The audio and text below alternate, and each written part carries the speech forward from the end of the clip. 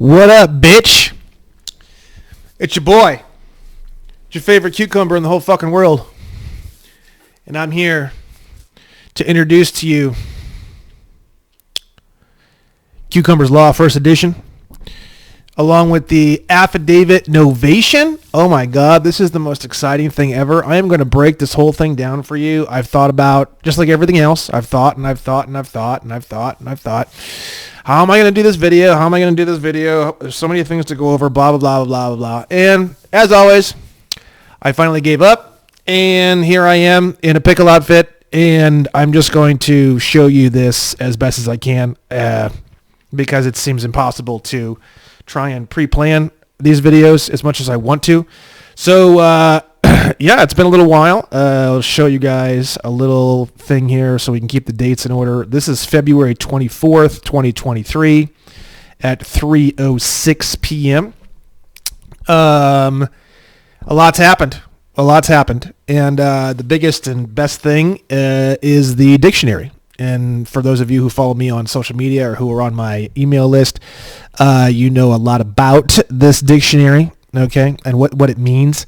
But we're going to break the whole thing down in vast detail. And I don't normally give templates. You guys, those of you who follow me and who know me, I'm not a big fan of templates. Fuck templates, by the way. Fuck templates. Real clear. Fuck templates, okay?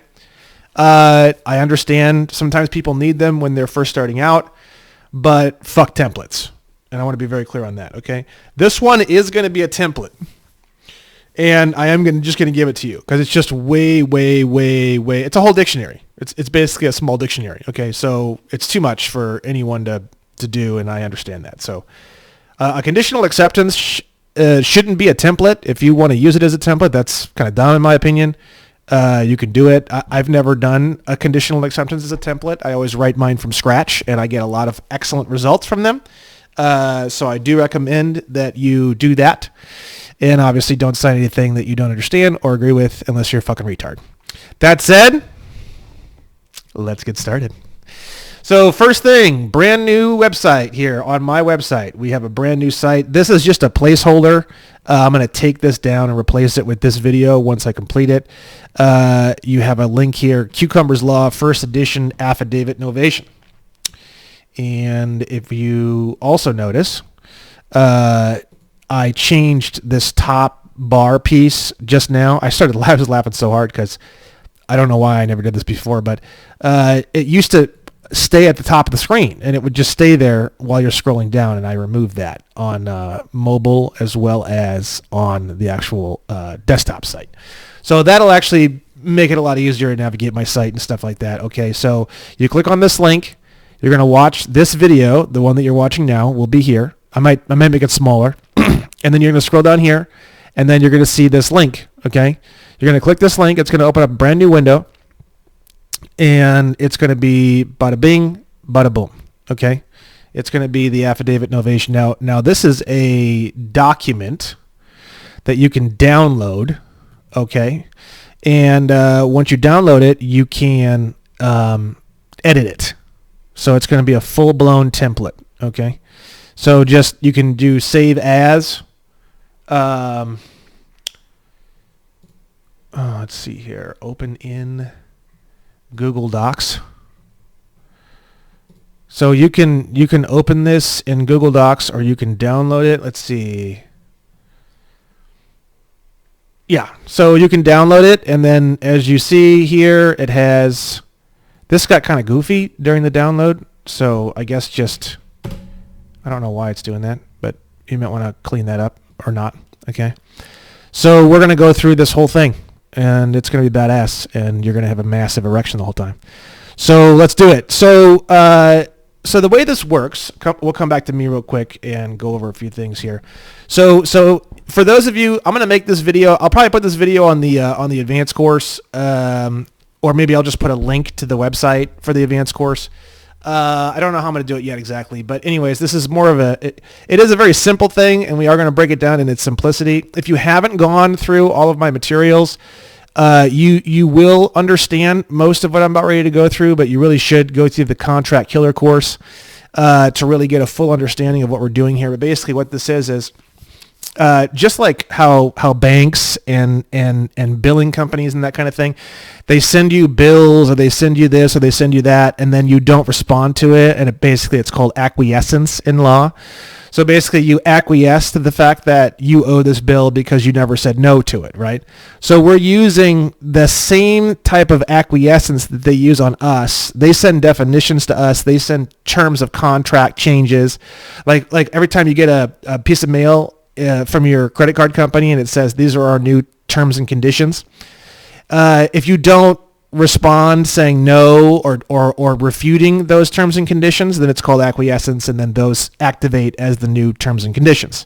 So we're doing the exact same thing to them as they do to us, but what we're doing is we're redefining all of the key words. I basically went through and made a keyword list of every single major keywords or terms, and we're redefining all of them, and then we're getting our own definitions activated through acquiescence in the same way that they do it to us. So it's the same shit. Okay. So what I'm going to do is I'm going to break down this document for you now. And we're going to go through the whole thing, and then you're going to be able to download this and do your thing with it whenever you want, right? So first and foremost, you have an affidavit. An affidavit is a statement of truth. You have it's a novation. So novation means a change in a contract. Okay. So Brandon Joe Williams, Brandon Joe family of Williams, beneficiary. So you can change your name here to your name. You can change your name here. This is the Sesta K Trust, in all capital letters. Now I have a trademark pending on mine. Actually, it's almost done. Actually, it's not even really pending. I don't even know if it's pending. It might actually be done. I have to check that. If you don't have a trademark pending, you're going to need to remove that. Okay? Without prejudice, P.O. Box. This is my P.O. Box. You're going to scroll down. You're going to have all this. Now here, you're going to have to take these. I'm going to cancel out of this and go back to me. Okay? You're going to cancel out of this, and you're going to...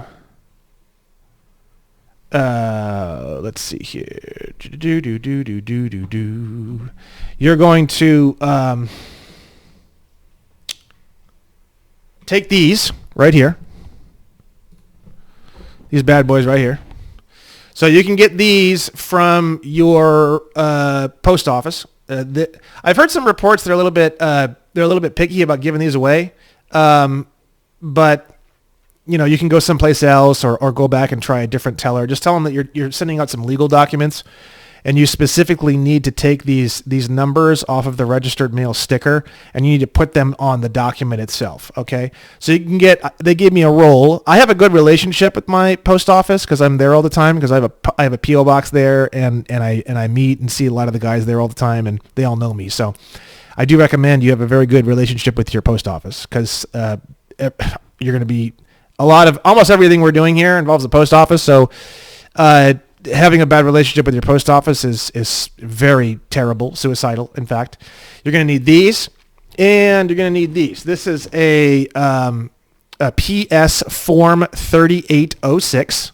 Now these they'll give you no problem. They're not going to care about these. Okay. You're going to need a stack of those. I have a stack of them right here. They're free. Okay. And I have a roll of these. These are free as well. Okay. Until you mail them. Now what you're going to do is you're going to take, and I go into this a lot in my course. This is just a quick crash course for those people who maybe haven't seen the videos in a while or whatever, right? So that's why I'm covering this. So you're going to take this little number, RERF 49, whatever, blah, blah, blah. So each one of these stickers is going to correspond with one of these addresses, okay? And you're going to go down and you're going to check out each individual one, and you're going to put one of these little stickers for each one of these. U.S. House of Representatives, the White House, administrative offices of the United States courts.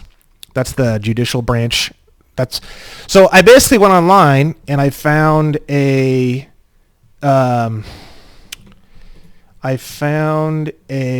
governmental chart, and I'll share this with you. Okay. Governmental chart. Here we go. Here's the governmental chart that I found that someone sent me. So you have the government of the United States, the Constitution. You have the three major branches, right? So the top three on this is the U.S. House of Representatives, which is the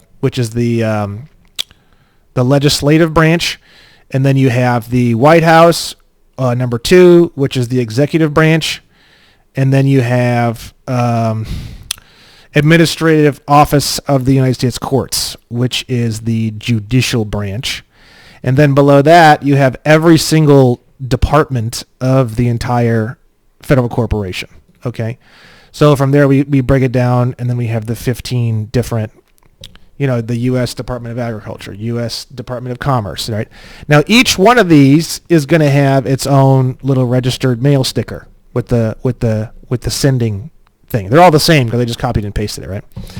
Then you're going to do a completion of service and designation of witness. So this is you're going to make your state attorney general witness that you're doing this, and then you're also going to make the United States Attorney General witness that you're doing this. So you just want them to be witnesses to the fact that you're sending this novation, okay?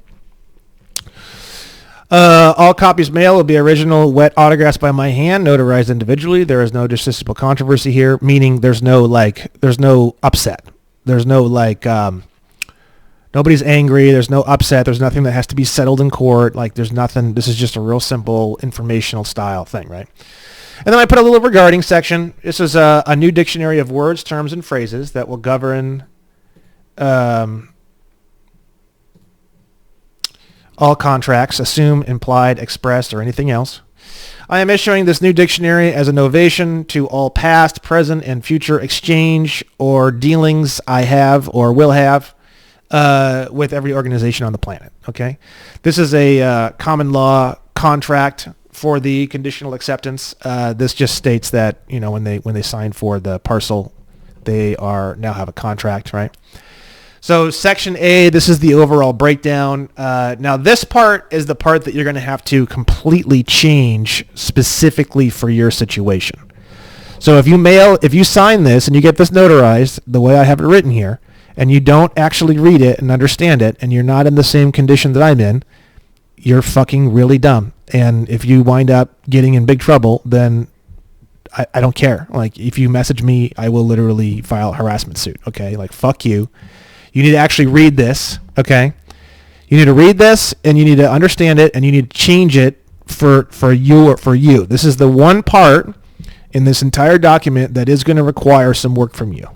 So if you're a lazy piece of shit and you're looking for a template that you can print off and sign it, you know what? You should just print off and sign this and send it in.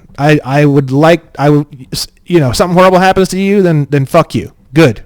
Okay? So that said, hello there. I am a state national of the California Republic. I am at peace with the United States as it is defined in 28 USC 3002-15A and how it is described in UCC 9-307. I'm going to add an H to that. It should say here, what we're going to do is we're going to download this. Okay. We're going to do, so we're going to add a little H in there. I will change this file and re-upload it. Let's see here. 9-307.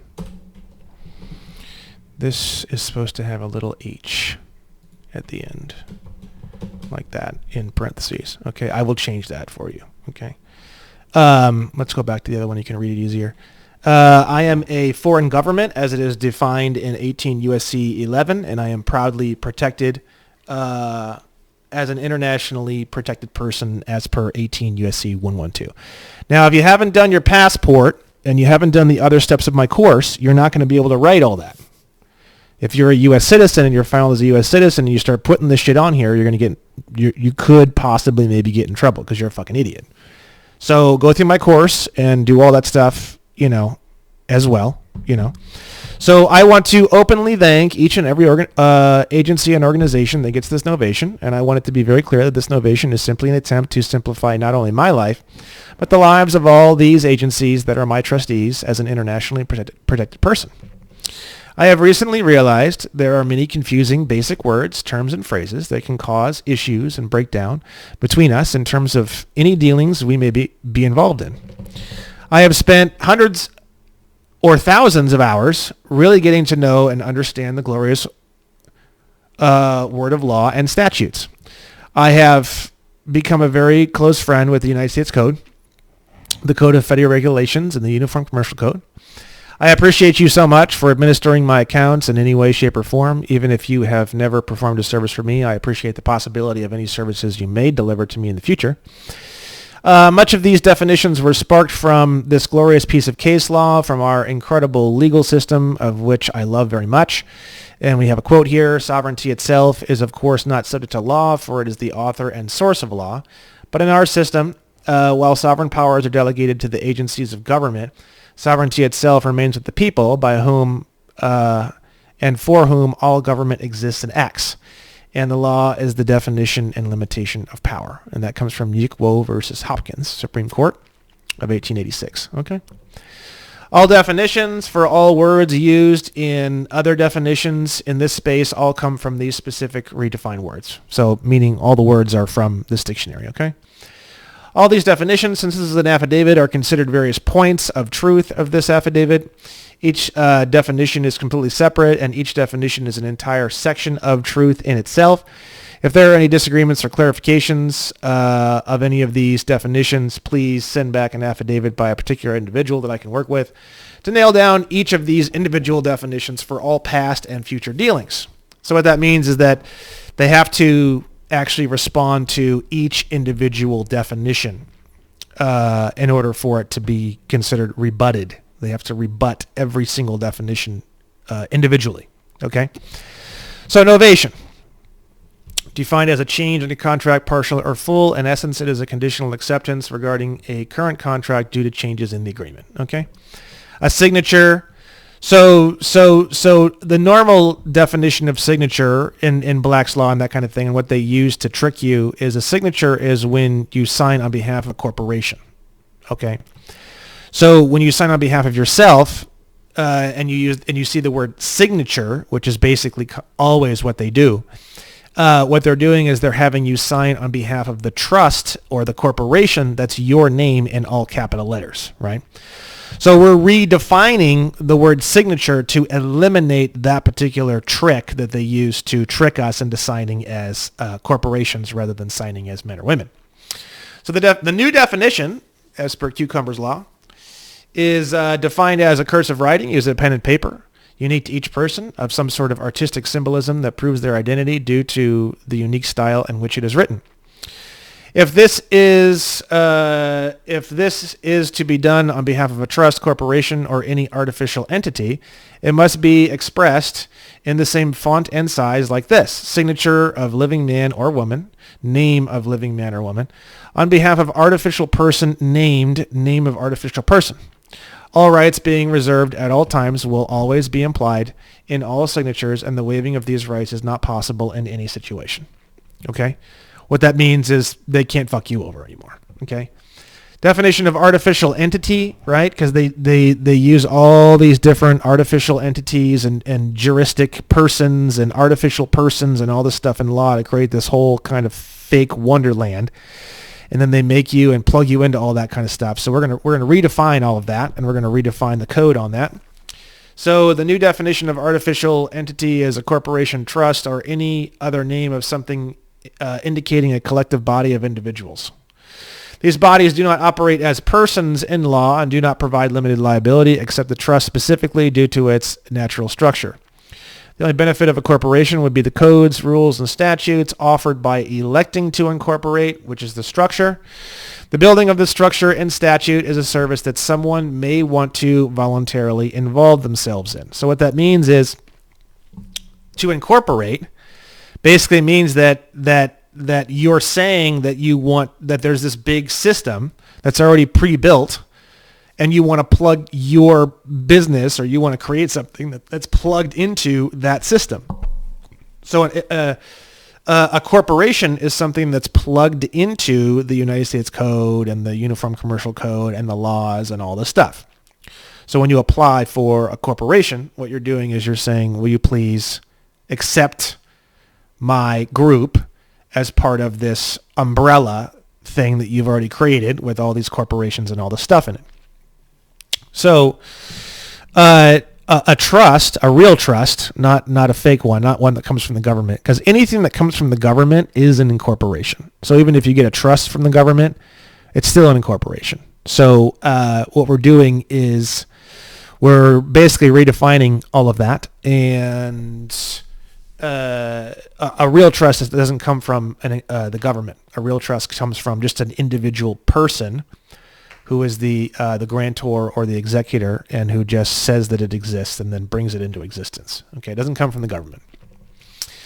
Definition of autograph. The new definition is going to be a cursive writing using a pen and paper, unique to each living man or woman, or some sort of artistic symbolism that proves their identity due to the unique style in which it is written. Which is pretty much the same as the old one, honestly. The new definition of de facto is the corporate world that is under the Crown of England, the entire structure that was created under the Crown and is offered as a structure for commerce. People can voluntarily contract into the system as they want in an effort to have a pre-built structure that they may plug into for ease of use, support, etc. So that's, again, when you ask to incorporate, you're asking to plug into their system, and that's the de facto world. Okay. De jure world, which is the non-corporate world that has nothing to do with the statutes, rules, and boundaries set up by the Crown, operating entirely in a new space where you create your own rules and boundaries. Your codes are created by you and used to contract as you see fit. The de jure is governed by common law, which is simply don't hurt people or their property and be transparent in your offers and contracts. True law is found in the de jure. That's the new definition for that. It's very clear, right? So the word person, human being, and individual. This is where things get hairy. So for those of you that have already gone through my course, you already know that the definition of person means basically everything under the sun, moon, and stars. But what you might not be aware of is 1 USC 8. 1 USC 8 talks about person, human being, child, and individual. So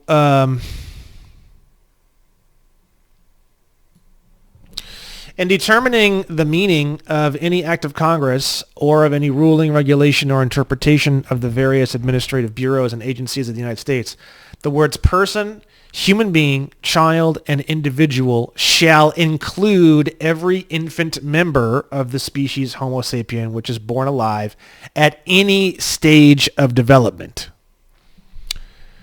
It's really creepy. As far as I can tell, that means that they're basically calling you an infant, essentially, right? So we're going to be redefining all of these words. So person, human being, and individual, which are all three words that just are terribly, horribly fucked up. These are probably three of the most fucked up words that destroy all of your rights and destroy all of your standing in law so rapidly. So we're going to redefine all that. So after reading 1 USC 8, these words and terms shall be defined as a nothingness which produces a somethingness. The seat of creativity. This is not the brain nor the body, but is a potential consciousness that has no space, no wavelength, no mass, and no location. This essence contains the decisions and definitions associated with interaction, identity, ethics, morals, and integrity. Okay, so that has to do with, you don't want to tie this definition down to anything physical. If you tie it down to anything physical, it's just going to get fucked with in the future. It is completely beyond all physical description. That keeps you protected to the maximum level because all their little contracts and all their little bullshit goes bye-bye real fast just with this one definition alone, okay? Next definition is the definition of ethics, defined as what the individual considers right and wrong and why they feel that way, okay? Definition of morals, defined as the spoken and unspoken ideas of what a group considers to be right and wrong and why. Okay. Next definition is banking, the operation of electrical energy translated to the world of money and finance, the creation, flow, and using of any form of energy that is used as the intermediary of trade or commerce. Any item that would be used as a mode of exchange and that follows all the laws of physics as regard to flow and energy. The highest form of banker in the literal sense would be an electrical engineer. Banking in the de facto is accomplished by the creation of credit in relationship to the overall future potential exchange capacity of a person. Banking in the de jure is the coining and handling of silver and gold coins in an effort to create a stable and functional exchange medium. So if you haven't gone through my course and you haven't studied a lot of what I say in a lot of the podcasts and stuff like that, this might be a complicated definition. We're redefining banking to clarify the difference between what's going on in the de jure world versus the de facto world and how that relates to banking in general, right? Definition of bank is redefined as, in the de facto, it would be any individual that converts one note into another or creates notes. Okay. In the de jure, it would be the storing, safekeeping, transferring, and exchanging of gold and silver coins. No licenses or approval is needed to be a bank, and every individual person is a bank by definition in the de facto. Anyone who can promise that some amount be paid in the future is by definition a bank. So what you're doing here is you're redefining the definition of the word bank to include yourself. And that allows you to print money out of thin air, as much of it as you want. Okay, so that's why we're redefining some of these words.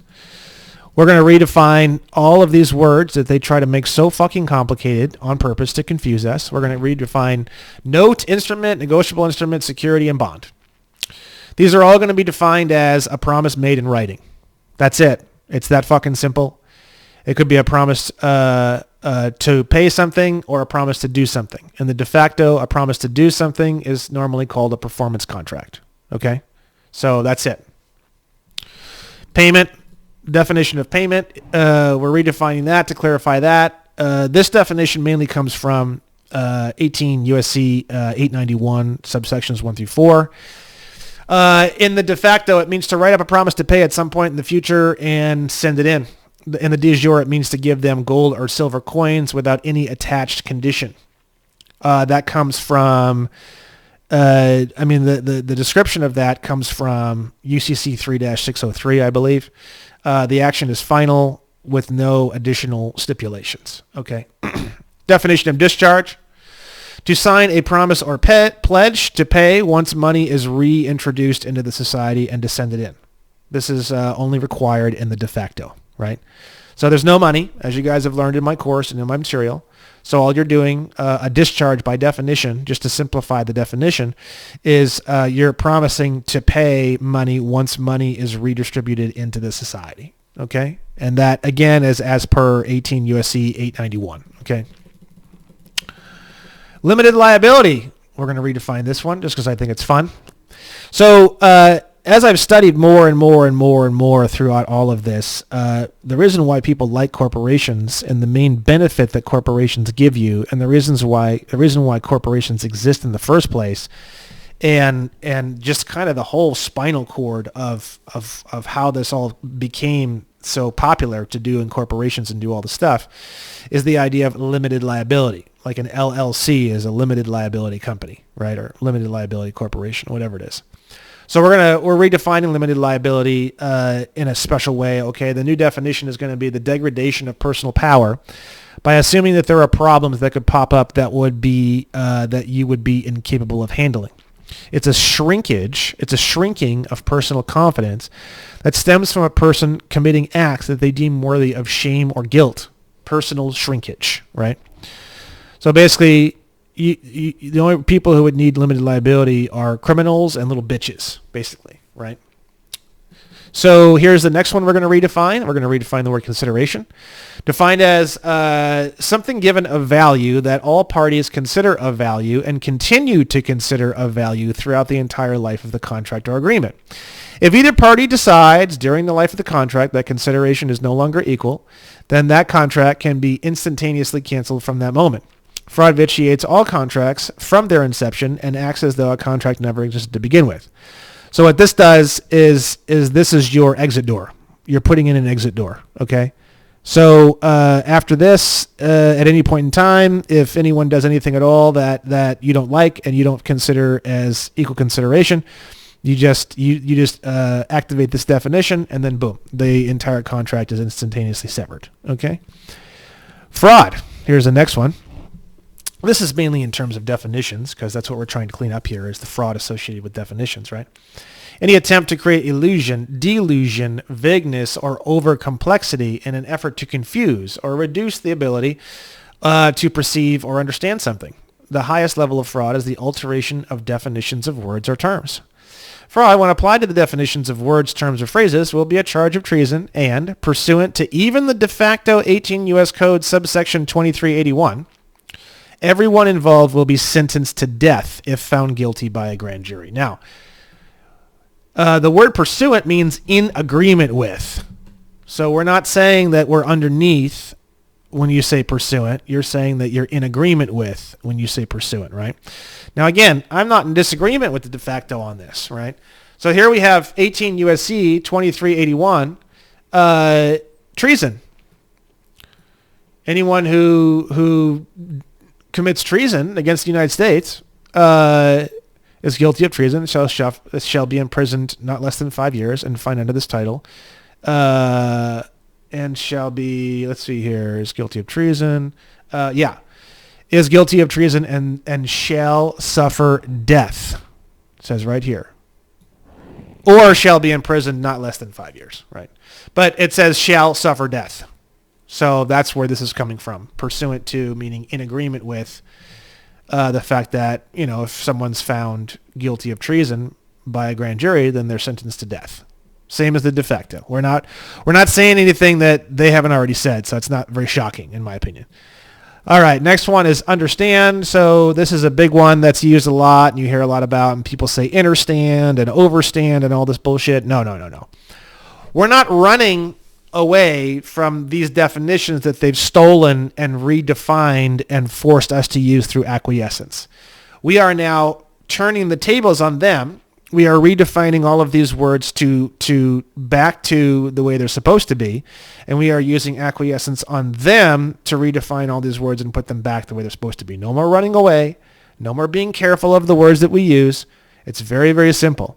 You don't need to be all careful and, oh my God, if I use a certain word, I'm fucked. No, we're just redefining all the words, and then they can go fuck themselves. That simple, okay?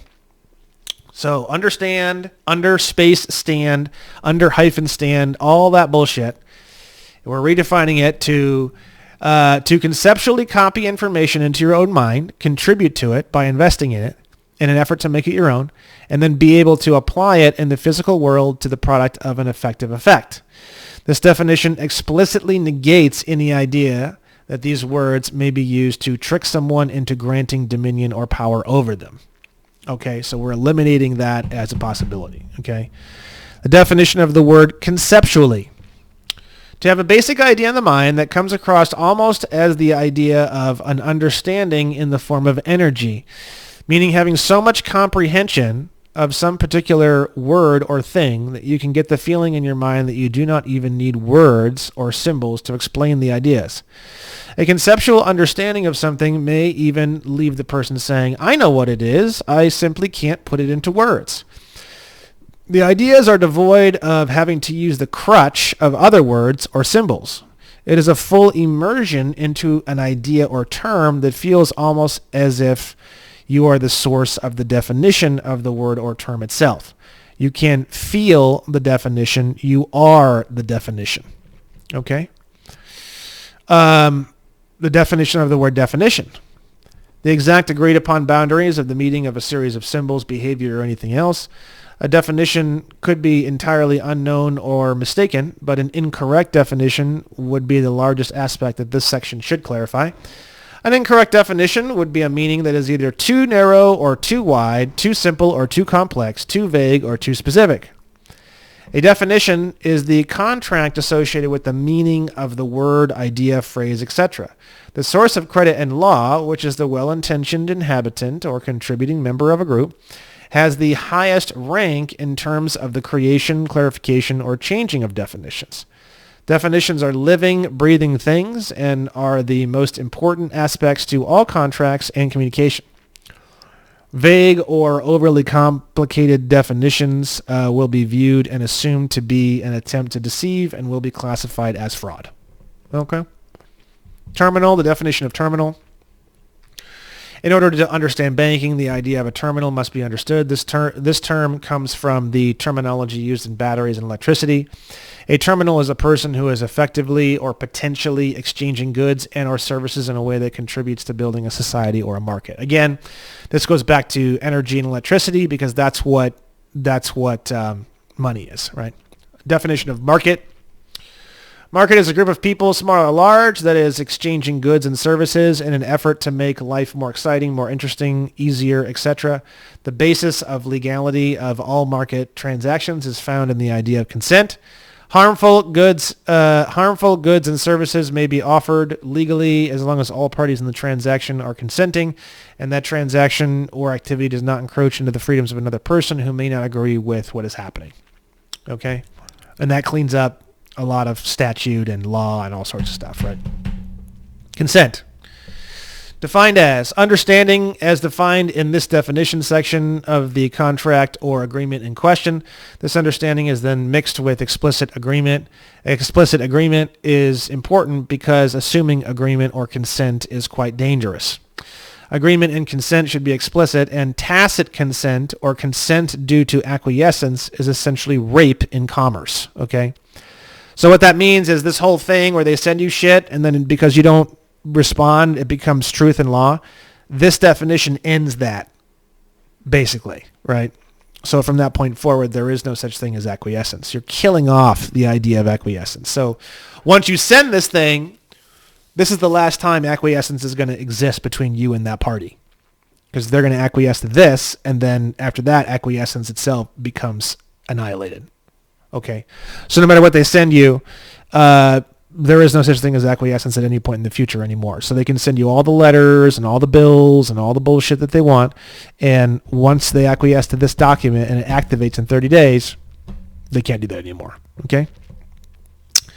Definition of debtor. A debtor is someone who owes a true negative in an agreement or contract where they have received true value in consideration, but has not reciprocated that consideration to a sufficient point for both parties within reason. A debtor cannot be a debtor if they did not consciously and expressly involve themselves in the contract to begin with. Okay?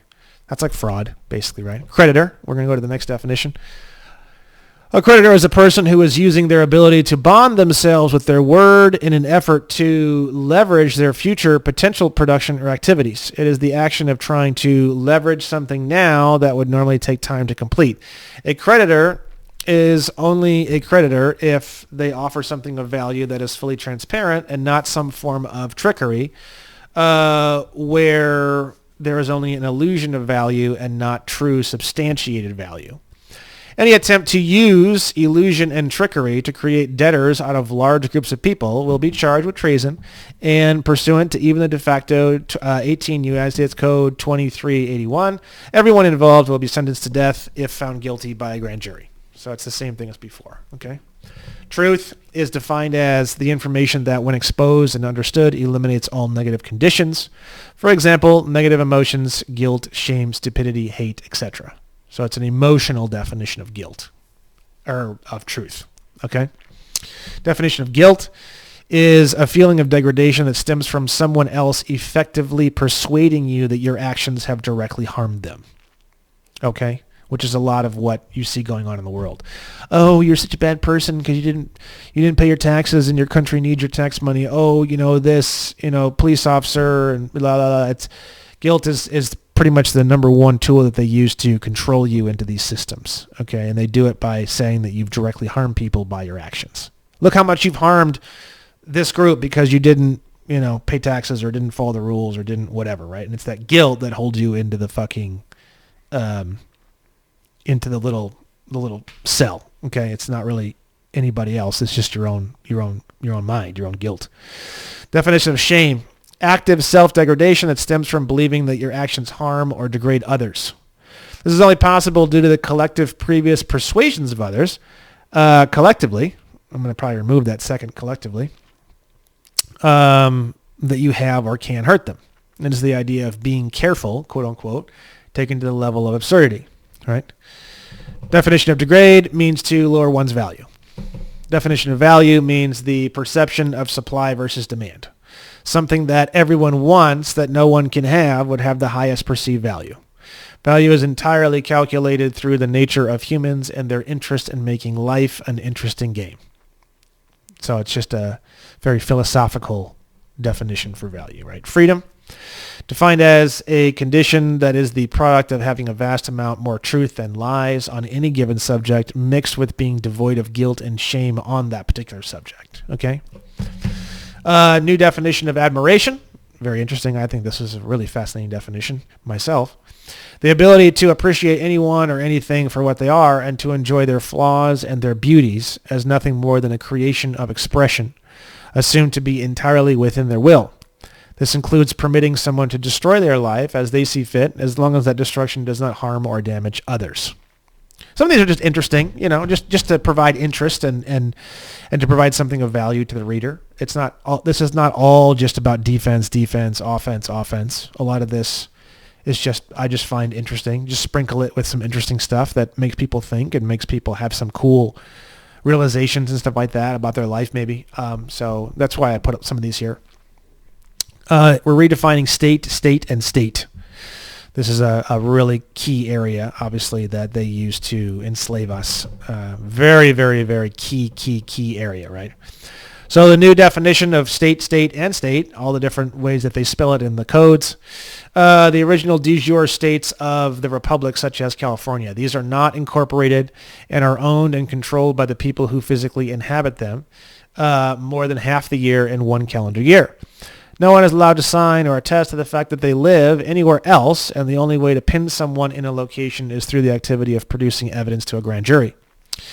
These definitions deliberately and explicitly ignore and negate any incorporated elements or other trickery involved trying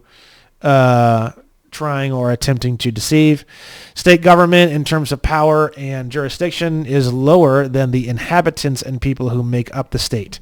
Courts in a state operate in the same way as marriage counseling would act if there's a dispute, which means an agreed upon intermediary by all parties would help to assist to bring resolution to any dispute. But this contract would be at will for all parties unless there is explicit evidence that proves a party to be harmful to others. State government is the highest form of government available and is always held by the people who inhabit that state, even if there is no official body or office of government activity. Each state is legally a separate country to one another in law. The sheriff is responsible for enforcing laws and handling disputes in the field, and his ultimate purpose is to handle the surface manifestations of society. Whereas the courts then take the surface manifestation of society and dig deeper in an effort to permanently address difficulties in the society or culture. The purpose of a judge or court is to dig deeper into the surface manifestations of society in an effort to find the source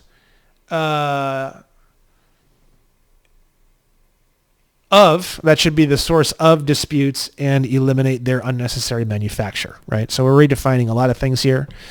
We're redefining state, we're redefining what law enforcement is, and then we're also redefining what a court or judge is. So the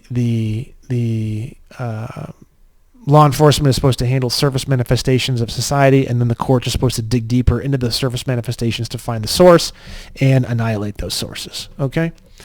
The next definition that we're going to be covering is, and then obviously state just means only the original states of America, not all this other horse shit and incorporations and secret dog shit, right? So this one kills your voter registration. This one kills your this one, all the ways they tie you into Washington, D.C. using the word state, which is a lot, are all killed by this definition. Okay? So instead of being all scared and being defensive and trying to protect yourself and make sure you don't sign for all this stuff, this is just like one giant, massive, monstrous bomb that's blowing out all of those contracts without having to even read them. Much more effective, much more simple, and it's more proper, because why would you be ducking and weaving and dodging a corporation? That's like being scared that McDonald's is going to do something to you. No, it's a joke, and you are 10 billion times bigger than any corporation. So you should not be ducking and weaving and scared and trying to defend yourself. You just come in, bond the ever-loving fuck out of them, and then move on with your life. And that's what we're doing here with this definition of state. Okay? Definition of the District of Columbia, Washington, D.C. It's a for-profit private corporation that is foreign to all of the individual states. The purpose of this corporation is to serve the states in an effort to help with state-to-state communication, commerce, etc. They do not have the ability to govern outside their tiny 10 square mile sandbox. They are essentially a private contractor that is employed to enhance interstate activity. They can be fired no differently than a plumber or a carpenter if the individual state decides to do so. Each individual state is contracted into this corporation as a request for assistance. The District of Columbia is not allowed to use any trickery to describe itself, such as the term United States. Any attempt to deceive will be considered fraud or treason and will be treated accordingly, right? So that eliminates all of this United States trickery that they use. Okay. Definition of money. Gold and or silver coins. Without gold and or silver coins involved in a transaction, there is no negative or positive gain in the real world. There can only be a false illusion of positive or negative gain. Profit and loss can only be computed through the exchange of gold and silver coins. Any commercial activity in the de facto that is not exchanging silver and or gold coins is by definition a non-profit activity. So these foreign negotiable instruments that we use called Federal Reserve notes, they don't have any value. And when you owe a bunch of weird foreign negotiable instrument to somebody, that doesn't exist either. So there is no positive and there is no negative until money is reintroduced into the society, right? Now, as a little side note, actually, now that I think about it, let me get this for you. Hold on one second. So, I went on Amazon. I'm not gonna try to pull it up right now, but I went on Amazon and I bought. I probably paid too much for it, but I really like it, honestly. And I have a sales exemption for life on Amazon. Sales tax exemption. I don't pay any sales tax on Amazon. It's all legal.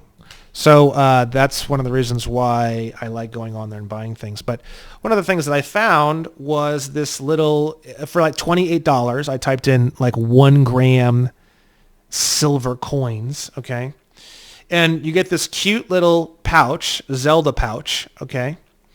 And you get 10 little 1 gram silver coins, and they have all different symbols on them and all different, just kind of random kind of grab bag kind of thing. One of them has a freaking Freemason symbol on it, which is kind of interesting. I don't know. Anyways, you can see these. Some of them have Indians on them, like this one here. Okay. And it says 1 gram 0.999 fine silver. And if you have these, you can just carry them around in a little pouch, and this is like having 10 little ultra mega contracts, right? And when I say that, is one of these can discharge 450 trillion Federal Reserve notes, because this is a true positive in law. Federal Reserve notes are not a true positive in law. So you keep this little bad boy on you all the time, and if anything happens, you're not broke. You're not. You actually have real money, and you can discharge absolutely any bonds that they might try to put on you using your little $28 pouch of 1 gram silver coins. I think it's cool. I'm sure you could probably make it a lot cheaper, but I like the fact that they came and they're all different and they're in this little pouch, and I didn't need to pay sales tax. So it was simple, easy, took me 5 seconds, and I bought that, and I think that's cool. So $28. Not too bad. Okay. So we're going to go back to this. So if you carry around a little 1 gram coins, then you have a true positive in law, and very few people are walking around that have a true positive in law. So that's great. Okay. Next definition, we're going to redefine United States. This is going to be the original states of the Republic being referred to as a collective. The United States is not in itself a country. Each individual state is a country by law. This definition specifically and explicitly negates the definition found in 28 USC 3002-15A, as well as the description found in UCC 9-307H.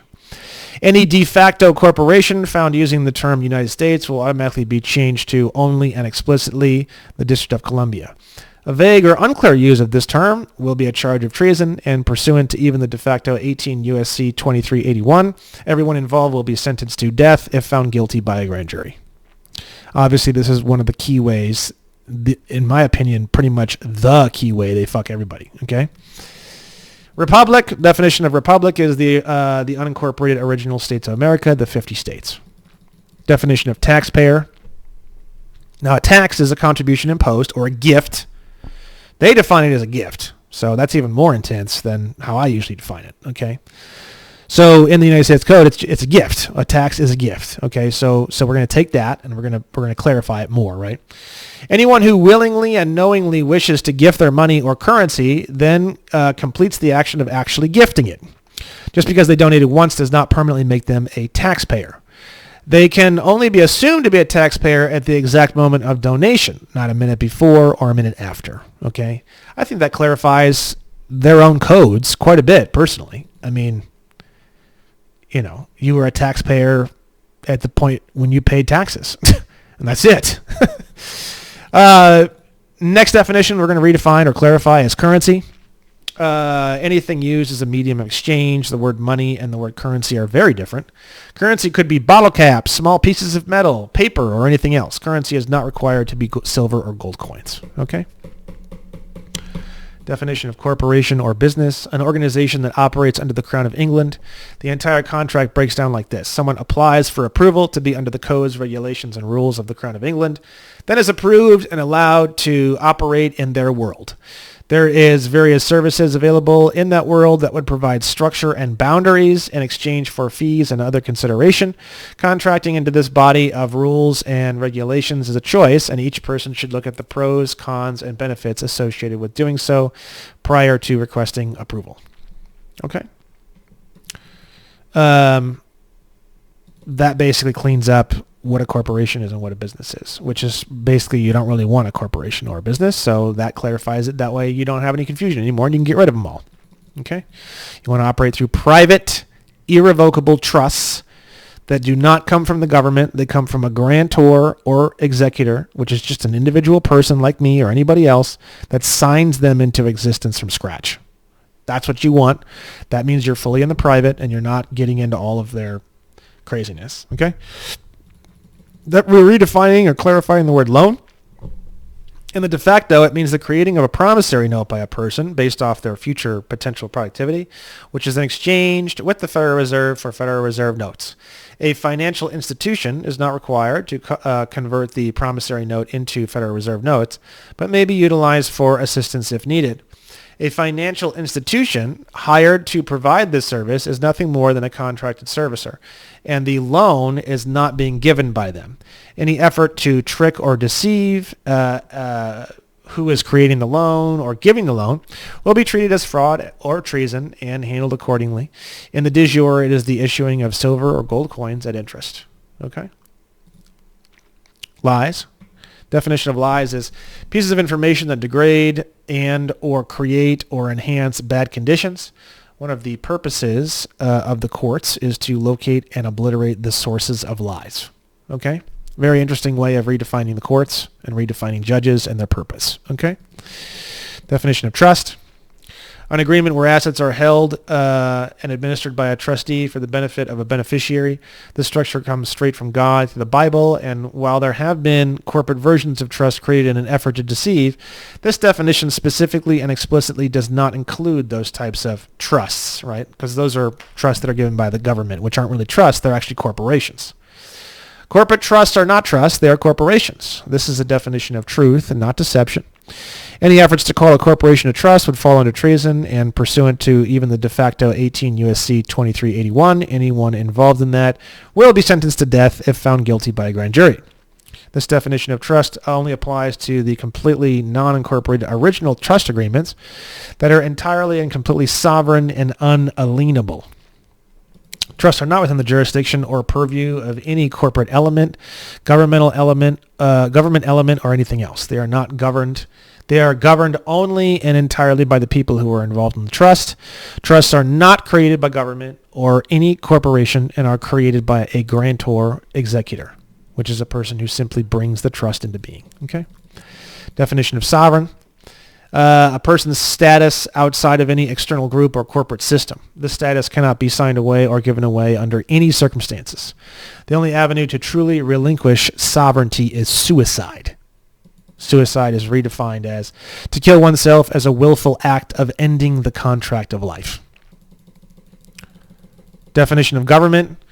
An organization that is below the level of an American that is operated to keep the peace in the society and assist cultures and societies to remove elements that cause unnecessary turbulence in the society. The basic purpose of government is to create and foster a culture that is flourishing, free of disputes and confusions or lies, a planter and harvester of truth. No corporation can be a government.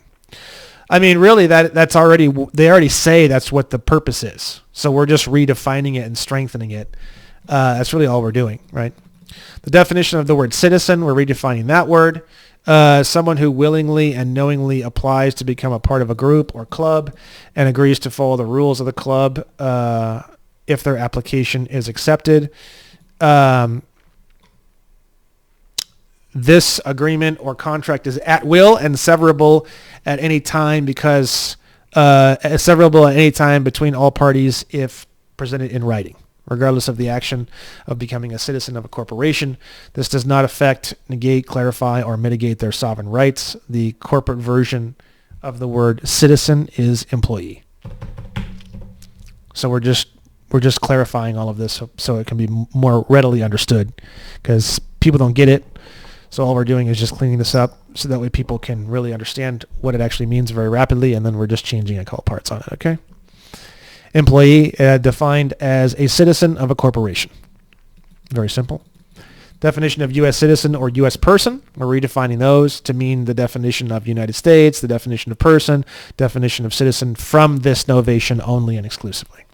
Any efforts to use either of these definitions in an attempt to mitigate, reduce, or eliminate any natural human rights would fall under treason, and pursuant to even the de facto 18 USC 2381, everyone involved will be sentenced to death if found guilty by a grand jury.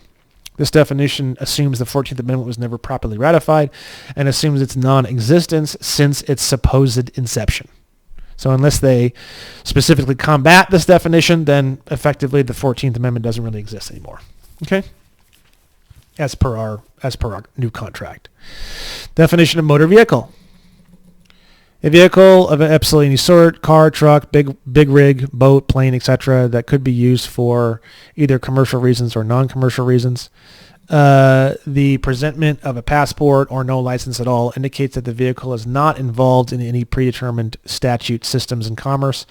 The presentment of a driver's license shows explicitly that the person is involved in commerce, and the license itself clearly shows what body of statutes the person is currently involved in.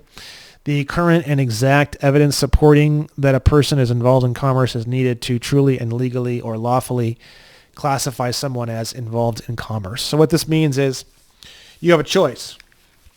You can either present a license of some sort, and that basically shows what kind of commerce body that you're involved in, or you show nothing or a passport to show that you're not involved in commerce.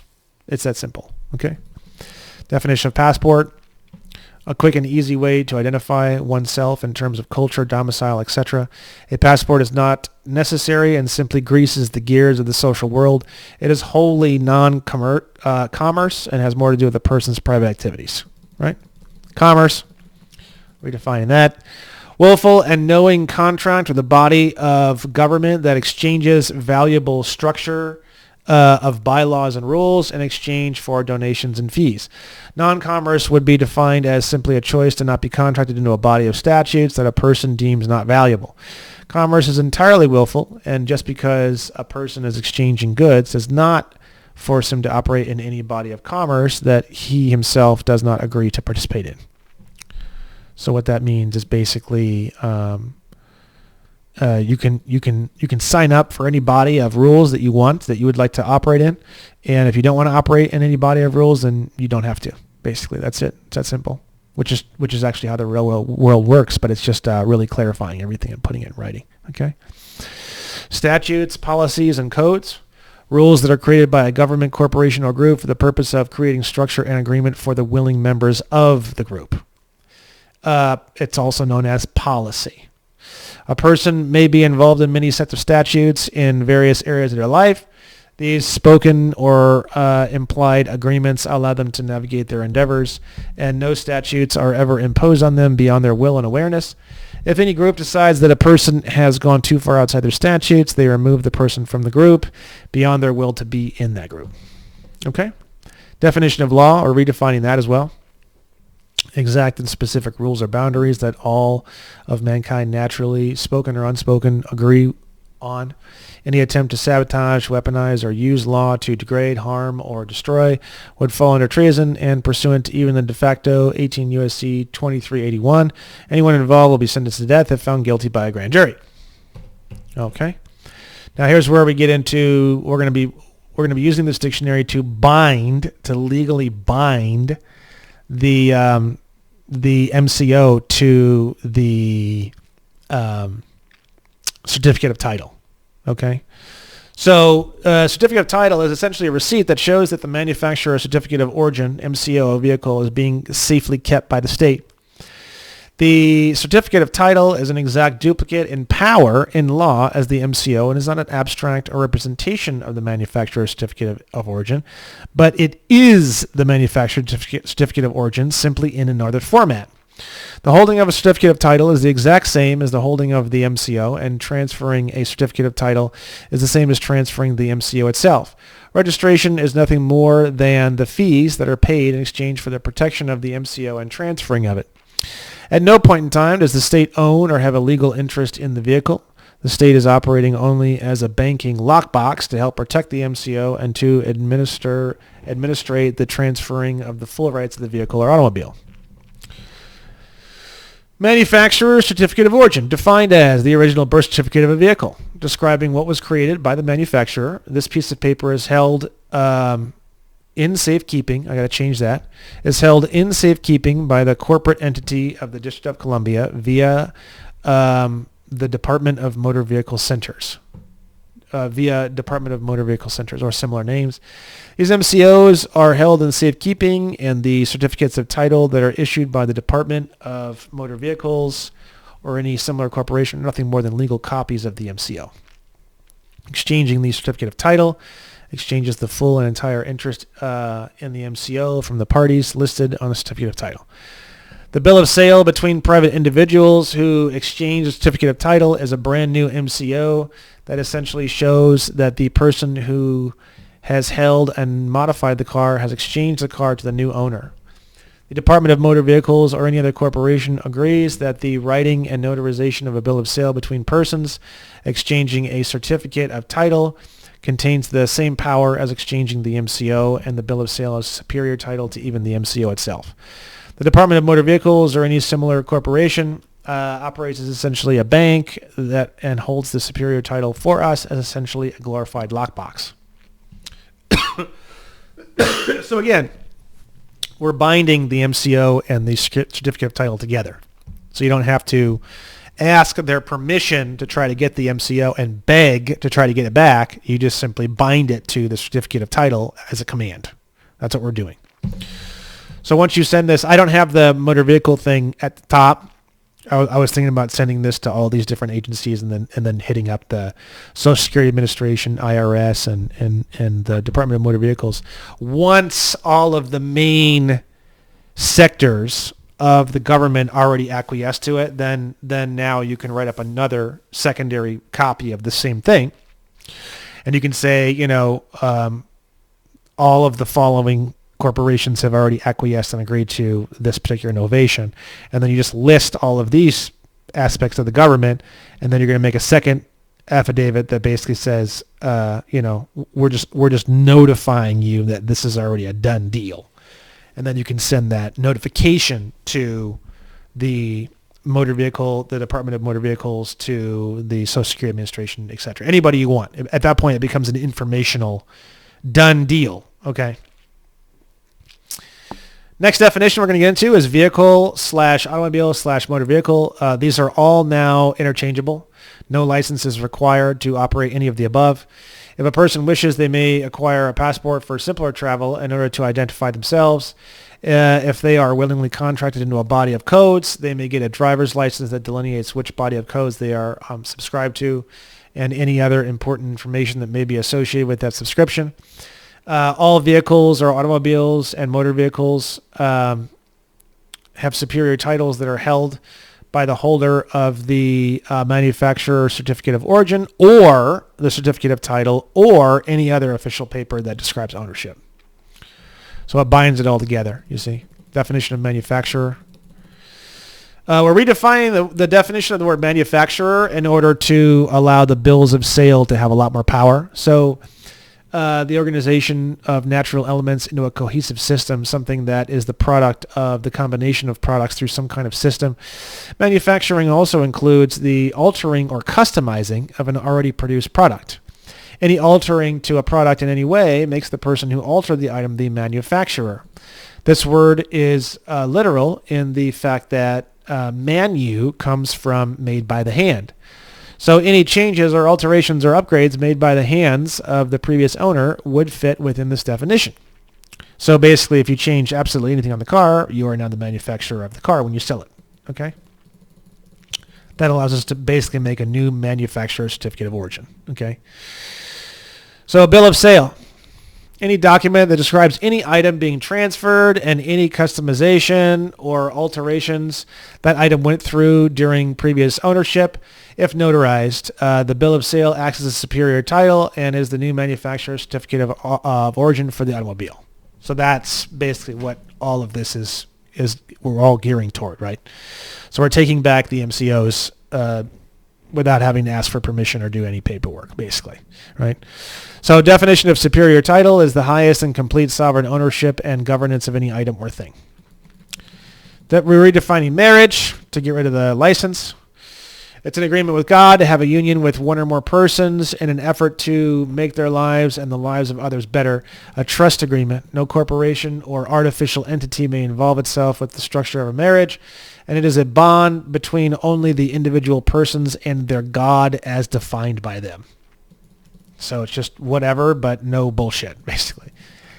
Definition of divine, involving or contracted with God, however that might be defined by the individual. God is defined as a person's idea of the pure energy or the personification of spiritual or ethical idealism. This could be perceived as a body, an idea, or anything else, and is completely and only definable within the perception and decisions of the individual. Okay? We're redefining, that might seem a little bit precarious. We're not really redefining the word God. We're simply clarifying it because most of humanity has not done a very good job of clarifying what the word actually means. So just to be clear, I'm not playing God by redefining God. I am helping the idea of God by clarifying what it is, what it actually is for each individual person, without putting one specific God on a pedestal, right? The idea of God is something very positive. It gives people hope. It gives people courage. It gives people all these things, which is why so many people want to destroy the idea of God so desperately. So all we're doing is just clarifying it and making it more awesome and more usable and more protective of all people for whatever they believe gives them the power to live their life in a better way. And I think that's cool. I don't think there's any reason for me to do anything more than that, okay? Redefining the term sovereign citizen. The definition of the term sovereign citizen now is going to be someone who creates unnecessary contention by violently combating things of which they do not understand. Okay? State national, we're redefining that as well. Anyone living in any one of the combination of states for more than 6 months of each year. This is the sovereign of America, and the rights and location of a state national may not be signed away, but may only be proven by evidence beyond all shadow of a doubt. A state national carries the original de jure government, and that government lives within him or her forever, regardless of if there is a formal office or establishment. It is the duty of a state national to carry the torch in terms of making sure America is alive, understood, and thriving. The well-being of their state or sector is a factor of living in that area and should be considered while living in a zone. Okay? Redefining the word evidence. Proof that establishes location, intention, action, and responsibility. Evidence is only required when adjudicating crimes. Perceptions and opinions may very well not be evidence. Okay? Crimes. There must be a victim to have a crime. The government or state may not be the victim. Crime is established when someone's rights are exercised to such a broad level that it harms or damages another person. Okay? Harm or damage is getting redefined. Physical or emotional destruction or degradation that can be somehow proven objectively. Subjective examples would need more of a track record of proof in order to be substantiated. Okay? Now, this one here comes from another podcast that I did with Joe Lustica, where if you look at like who USC who can have a social security number. I'm going to try to rapidly find this. Let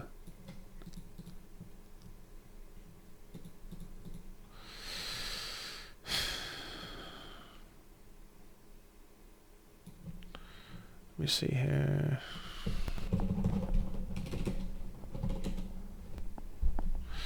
Da, da, da, da, da, da, da,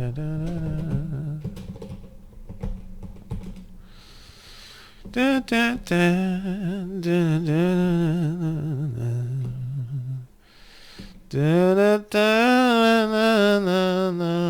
Here it is.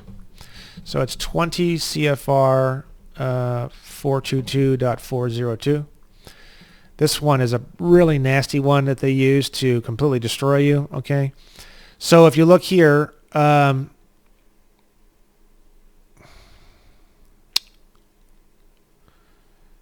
see here. Dun, dun, dun, dun, dun, dun. So in 20 CFR 422.104, they have a section here as who can be assigned a social security number, right? And they say we can assign you a social security number if you meet the evidence requirements in blank.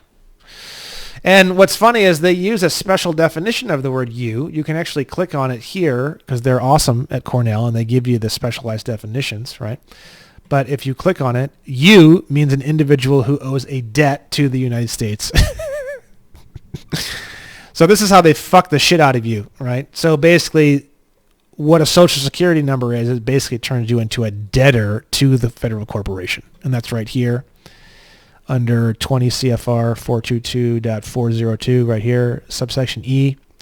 You mean an individual who owes a debt to the United States. I mean, that is so fucking nefarious. I mean, come on. Like, there's no one could explain that away in a courtroom. Like if you did if you had a fucking trial by jury and you started showing shit like this to them, they're going to be like, what the fuck, dude? That is fucking crazy.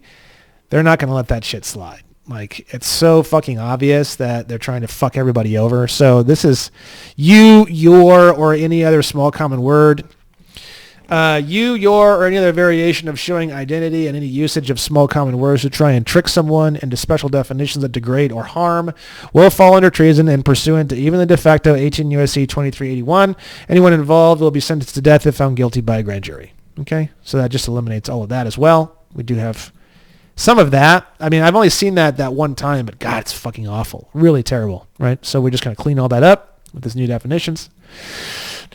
Redefining the word represent.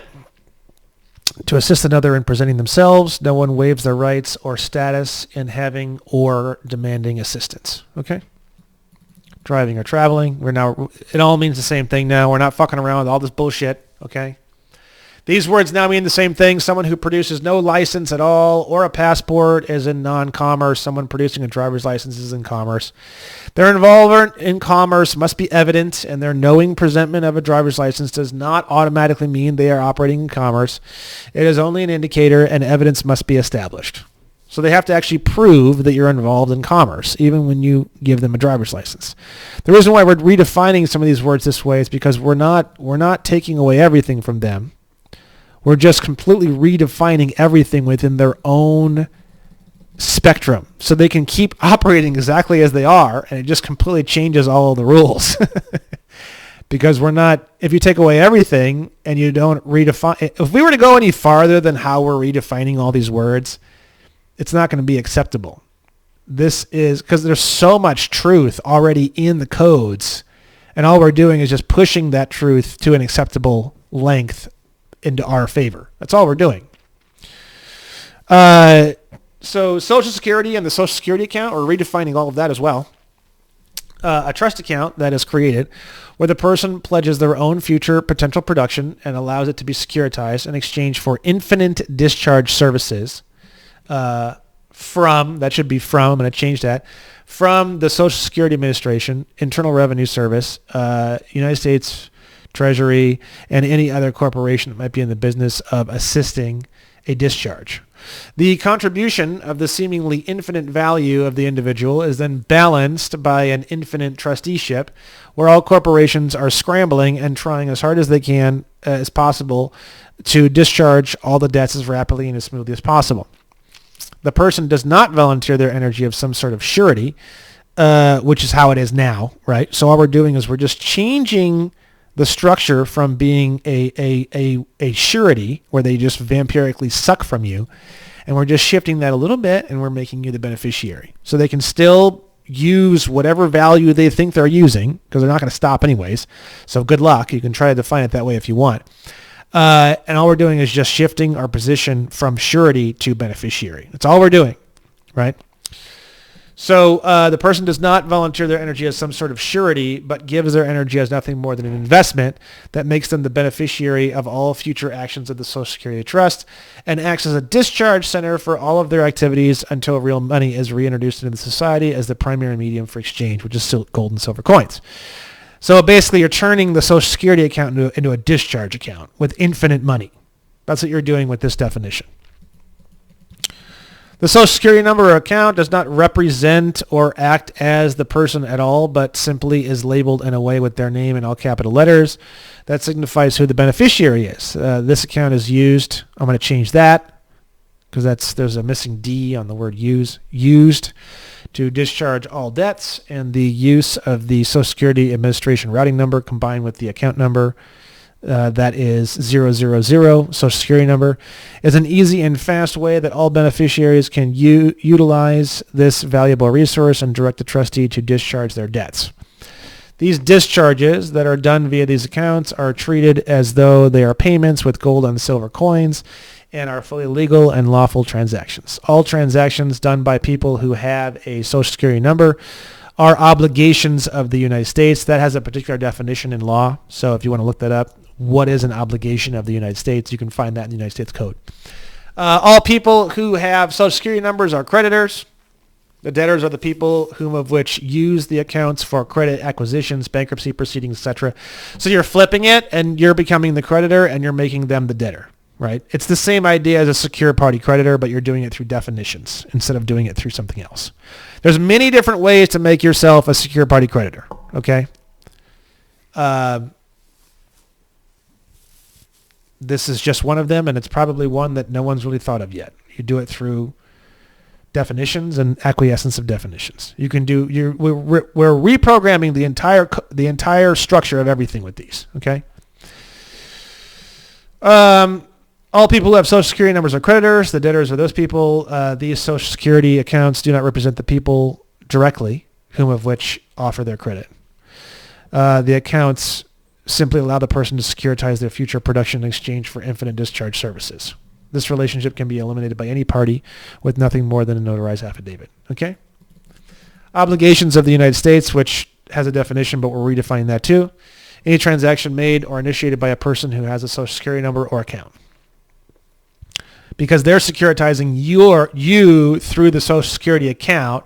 So in exchange, you're making them, as the trustee, you're saying, hey, no problem, securitize me, no problem. I'll flow my power into your organization, but only in exchange, I want infinite money, essentially.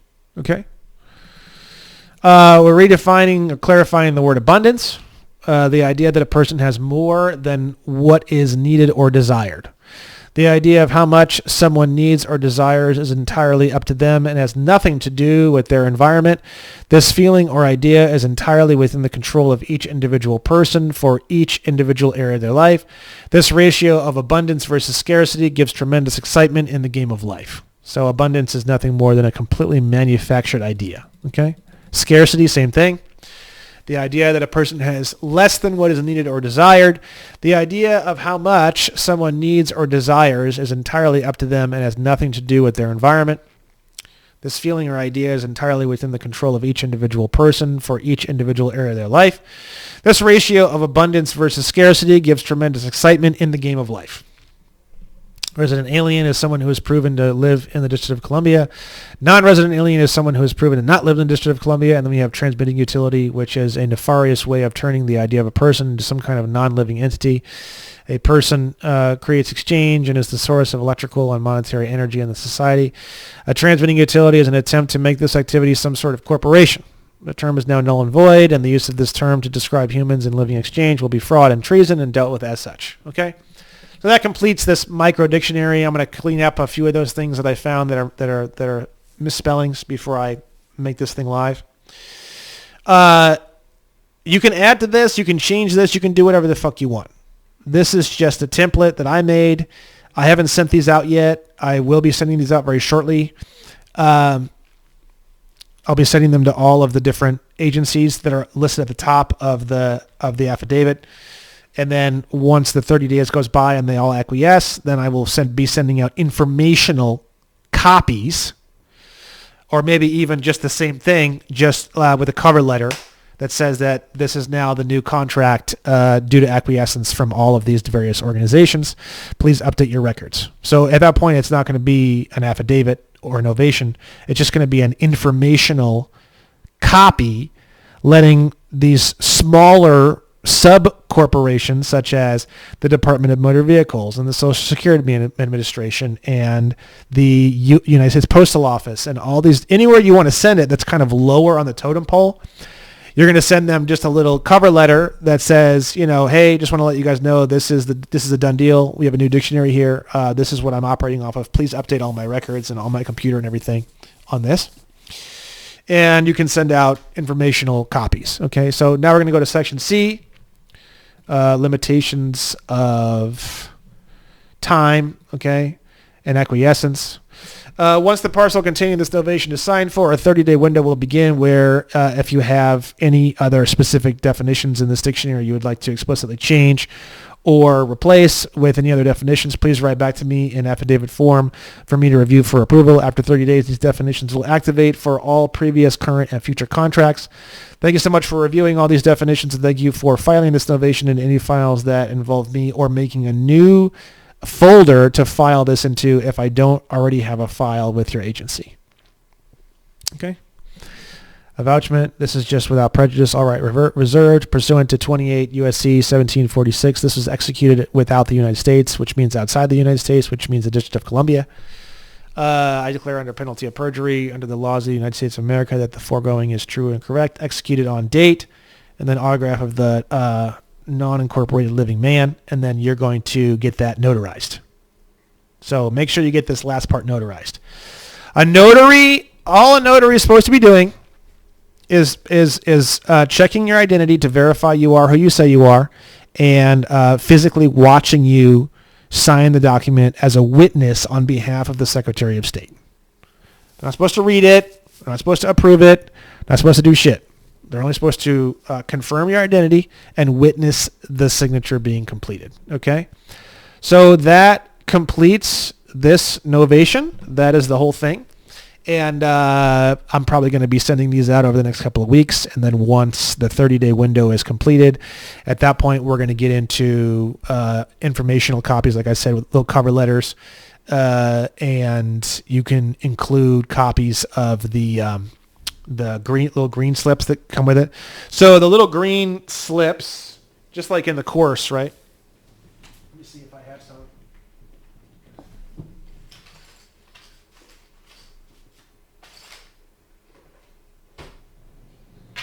I don't think I have any postal 3811s. Let me see if I can pull one up.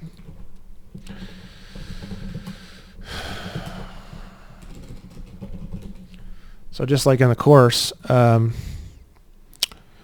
going to be sending out these little green cards, right? Let me put you back on here.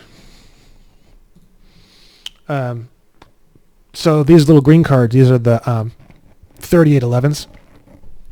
You're going to fill out one of these as well. This is like a service card, okay? And you're going to check adult signature. You're going to check registered mail, which is right here. And you're also going to check signature confirmation TM, okay? And when you flip the card over on the back side, you're going to put where you want the card to be sent back to, okay?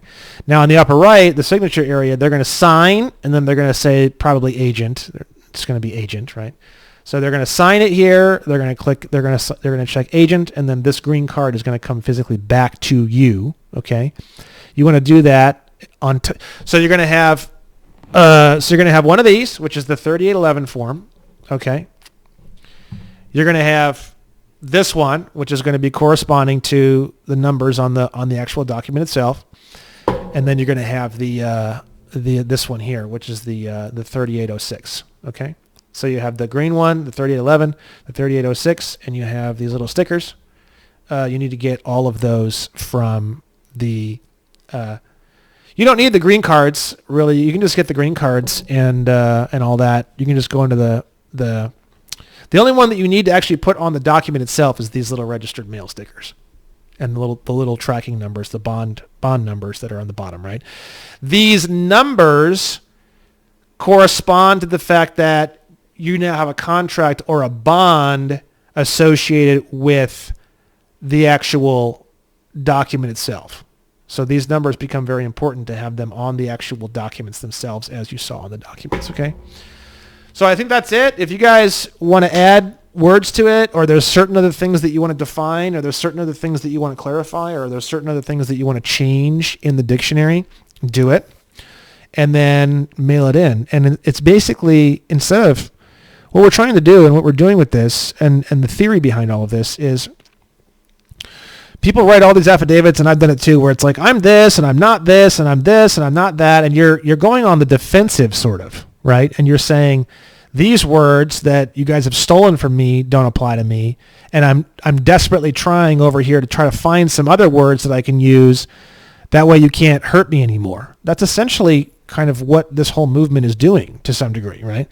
So what we're doing here is we're going king status. We're going full-blown monarch status. And we're saying, no, fuck all that. We're redefining all these terms. Fuck you.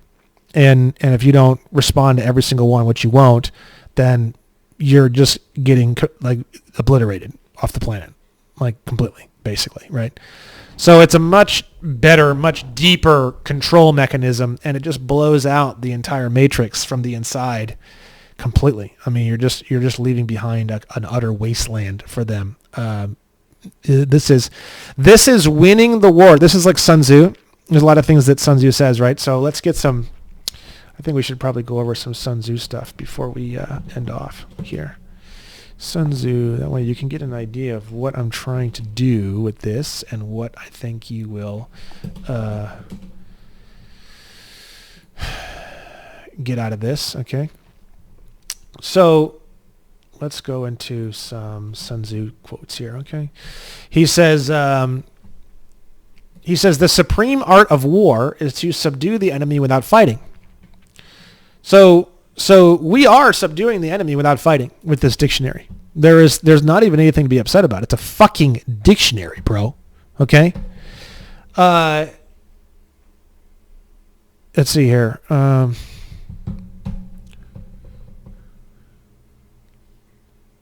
See, supreme excellence consists of breaking the enemy's resistance without fighting, right? In the midst of chaos, there is also opportunity. That's an interesting one. That's true. Very, very true. Why do you think I stay in California? People are like, oh, you should move out of California. Bro, fuck that. There's so much chaos here. This is exactly where I want to be. Chaos is opportunity. You don't think I'm going to become a billionaire doing this shit in California? You're brain dead. The last place I want to be is someplace that's all calm and chill, like fucking Texas. Fuck that. I want to be in like the fucking war zone, bro, where everyone desperately wants to get out and they're so scared and the vaccines are so out of control. That's where I want to be. So that's why I'm here. Let's see here. All warfare is based on deception. Hence, when we are able to attack, we must seem unable. So deception. So we're blowing out all the deception here.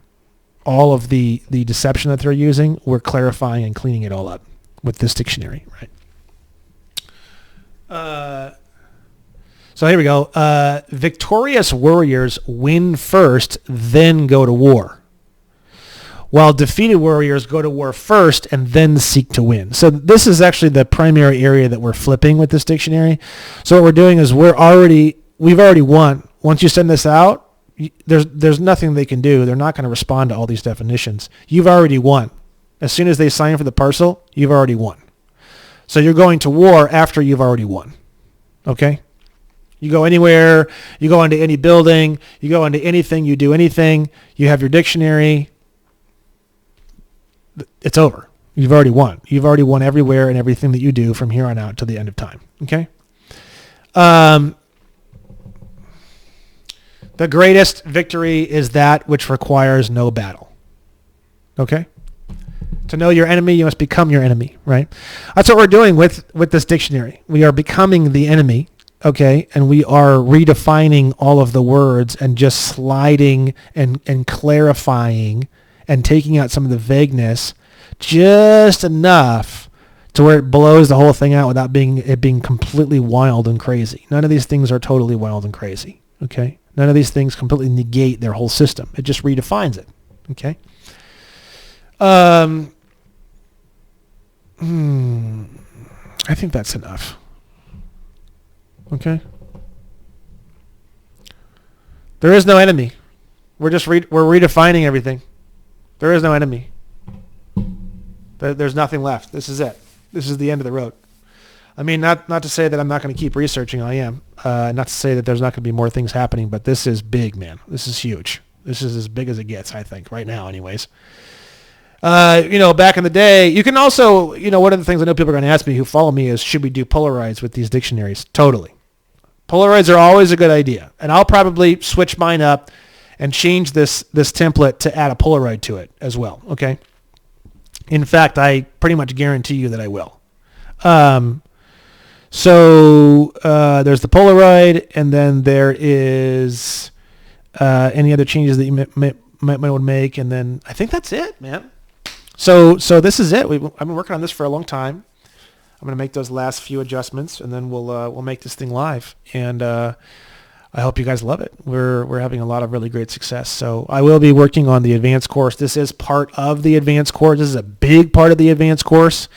So if you're watching this video and you're new to all this content and you don't have a clue what's going on, that's because this is advanced. This is advanced. Okay. So this is part of the advanced course, is a huge part of the advanced course. So by watching this video and doing this, you are in the advanced category. This is an advanced activity. Okay. So love you guys. And I will be getting the advanced course popping here probably in the next month, I'd say, hopefully. I hope you guys I see a lot of success everywhere. I'm really excited about all the success. And love you guys. And I'll see you later. Bye-bye.